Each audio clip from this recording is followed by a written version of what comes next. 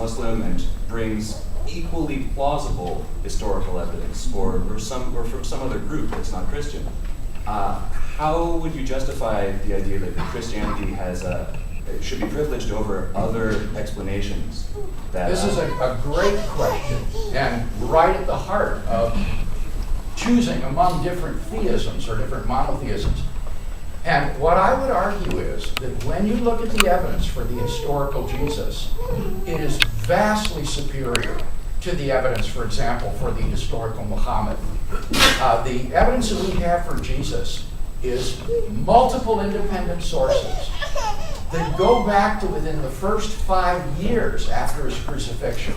And what I'm talking about there is not the date of the Gospels or Paul's epistles in the New Testament themselves, but the traditions on which they rely.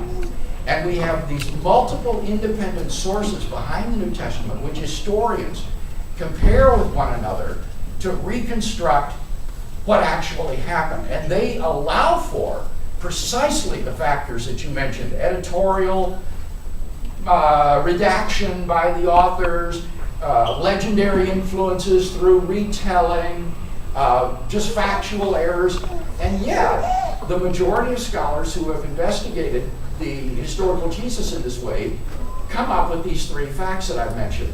By contrast, if I may, if you study the sources for the life of Muhammad, the earliest biography we have of Muhammad is about 150 years after his death. And we have only one. It's just one biography. The Quran doesn't have this sort of biographical information in it.